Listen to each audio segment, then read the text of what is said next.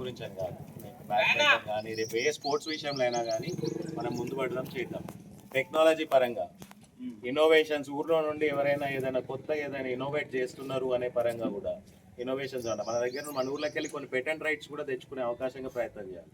Study పరంగా నేను చెప్పేది ఇన్నోవేషన్. ఒకటి కనిపెడుతున్నావు ఈరోజు, ఒక వస్తువు కనిపెడుతున్నావు, అది వ్యవసాయానికి సంబంధించింది కావచ్చు, టెక్నాలజీకి సంబంధించింది కావచ్చు, వేరే ఇంకో ఉత్పత్తి ఏదైనా చేసేదైనా కావచ్చు. అట్లాంటి విషయాలు అట్లాంటి దాగి ఉన్నాయి. నిన్న నేను చూసి అసలు అరే ఇంత 200 మంది యూత్ ఉన్నారు. మన ఫస్ట్ డే రోజు మ్యాచ్ రోజు 200 మంది ఉన్నారు అక్కడ.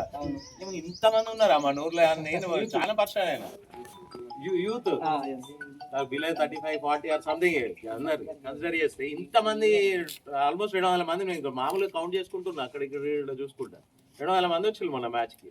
సో మన దాంట్లోనే మన దగ్గర నుంచి మన ఊరు నుంచి వెళ్ళే కొత్త ఇన్నోవేషన్స్, కొత్తగా మనకు మనం సెల్ఫ్ ఎంప్లాయ్మెంట్ క్రియేట్ చేసుకోవడం కానీ అట్లాంటి విషయాలు కానీ, పథకాలు ఏమైనా వచ్చినా కూడా central government schemes, state government schemes కూడా మన సర్పంచ్ గారికి తెలియకపోతే తెలియపరిచి ఇగో ఇట్లా వాడుకుందాం, ఇట్లా చేద్దాం అని చెప్పేసి మాకు ఈ స్కీమ్ ఉంది, మీరు కొంచెం పుషప్ చేస్తే మనం చేసుకోవచ్చు అనే ఆలోచన చేసుకొని ఏదైనా సెల్ఫ్గా బిల్డ్ చేసుకునే ప్రయత్నం చేయాలి. రంగాపూర్ అనే విలేజ్ని సెల్ఫ్ సస్టైన్ విలేజ్, మనకు మనంగా ఒక సెల్ఫ్ సస్టైన్ విలేజ్గా తెలంగాణ ఎట్లయితే సాగుతుందో సెల్ఫ్ సస్టైన్ విలేజ్గా మనం ఏర్పాటు చేసుకునే విధంగా.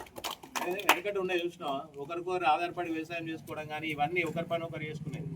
సో అట్లా మనకు మనం సెల్ఫ్ సస్టైన్ అయ్యేటట్టుగా మన విలేజ్ని మనం తీర్చిదిద్దుకునే అవకాశం కల్పించుకుందాం, చేసుకుందాం, కష్టపడదాం, చేద్దాం.